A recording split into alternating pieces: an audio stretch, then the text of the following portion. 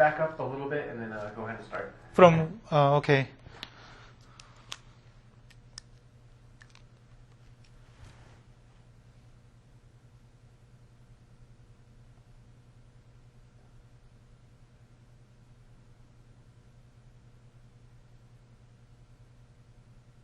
Yeah, you can go ahead and start whenever. Okay.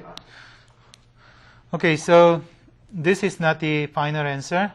What we need is a future value at the end of the 80 quarters, right?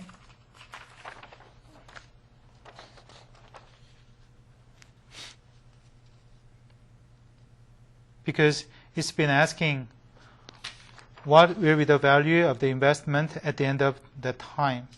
So we need to convert this present sum at the end of period 0 to the equivalent future sum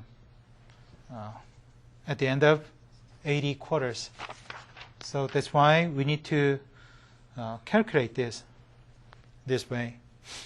And this factor value can be found from our text as 224.235.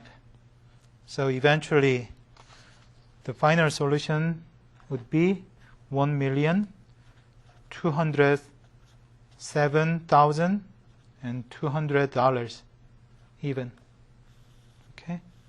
So this is the final answer for problem 4-60. Okay?